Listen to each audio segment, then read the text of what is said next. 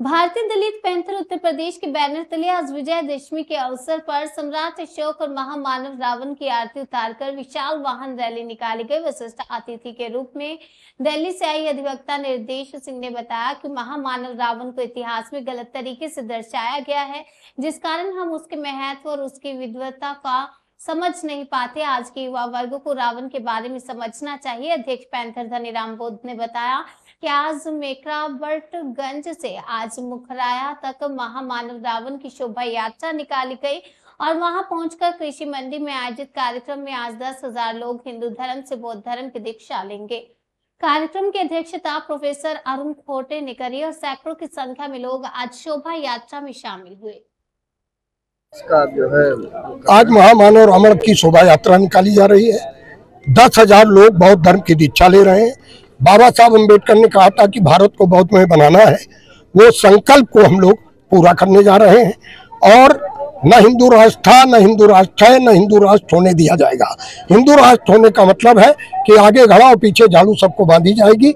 ये किसी भी कीमत पर हम बर्दाश्त नहीं करेंगे और भारत के संविधान को खत्म करके मनु के संविधान को लागू किया जाएगा। ये अम्बेडकरवादी लोग, ये बुद्धिस्ट लोग किसी भी कीमत पर बर्दाश्त नहीं करेंगे। अच्छा, रावण का पुतला न ध्यान करने की भी आप लोग नारे लगा। रावण महामानव है, रावण द्रविड़ राजा है, रावण जो धर्म में यज्ञ होता था, अश्व में यज्ञ होता था, गौ में यज्ञ होता था, यज्ञों में बलि दी जाती।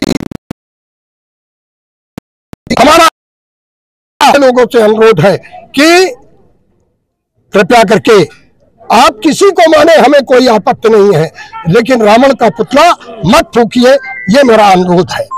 आज जो है कहाँ से आप लोग आए हैं? और हाँ, मैं निर्देश सिंह, एडवोकेट निर्देश सिंह, दिल्ली से हूँ और आज यहाँ पर रावण मेले का आयोजन हुआ है। ये पूरे भारत के अंदर एक बहुत बड़ा संदेश है कि रावण का जो सच्चा इतिहास है वो भी निकल कर आ रहा है कि रावण कोई बुरा व्यक्ति नहीं था, लेकिन बुरा उस वक्त का माहौल था और बुरों के खिलाफ, जब बुराई के खिलाफ रावण उठा तो बहुत बड़ी संख्या में, जब मेजोरिटी में अगर बुरे लोग होते हैं तो अच्छे व्यक्ति की हत्या कर देते हैं। और अगर राजा भी बुरा हो फिर तो कोई कहना ही नहीं, फिर तो बुरे जनता की हिम्मत और बढ़ जाती है। यही हाल रावण के साथ हुआ। जैसे कि आज भी अगर आप सच की आवाज उठाएंगे या न्याय की आवाज उठाएंगे, सरकार के खिलाफ जाएंगे, तो सरकार क्या करती है? आपको जेल में डाल देती है। तब जेलें नहीं थी, तब मार दिया जाता था या फूंक दिया जाता था।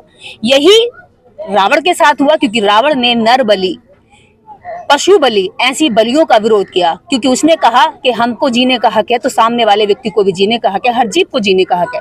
तो जीने का हक दिलाने वाला या जीने की बात करने वाला या जीवन की सुरक्षा करने वाला व्यक्ति बुरा कैसे हो सकता है? मैं ये मानती हूँ अगर महामानव रावण और रावण के 10 शीश दिखाए गए हैं जो तथागत बुद्ध से संबंधित है, क्योंकि तथागत बुद्ध का एक नाम 10 शीश और 10 मेदवी है। तो उन्हीं के इतिहास को चुरा करके ये कथाएं बनाई और कथाएं बना करके देश की जनता को गुमराह किया गया और बताया गया कि आप रावण को फूकिए। अगर रावण बुरा व्यक्ति था तो हर साल फूकने की जरूरत नहीं पड़ती। अगर रावण बुरा व्यक्ति था, अगर रावण में कोई बुराई थी, तो मुझे लगता है कि इस देश के अंदर इतनी सारी जेलें भरी पड़ी हैं, वो सारे जलने के अधिकारी हैं, क्योंकि जेलों की जरूरत ही नहीं है, फिर तो लोगों को जला दिया जाए। जबकि इस देश में जब आज संविधान है तो किसी को जलाने की अनुमति संविधान नहीं देता, लेकिन मान्यताओं और धर्म की आड़ में यहाँ पर हर वक्त और हर साल रावण के खिलाफ जहर उगला जाता है, जबकि रावण की सच्चाई जनता को नहीं पता है। लेकिन मैं ये जानना चाहूंगी कि जो जलाते हैं, क्या वो अपने अंदर की बुराइयों को भी जला सकते हैं? आज हम सब लोग यहाँ पर बौद्ध धर्म की दीक्षा इसीलिए ले रहे हैं कि अपने अंदर की बुराइयों से लड़ें, उनको खत्म करें और हमारे अंदर जो बैठी हुई बुराइयां हैं उनको नष्ट करके बौद्ध धर्म में जाएं और भारत को बौद्ध में बनाने का जो सपना बाबा साहब अम्बेडकर ने देखा था वो पूरा करें।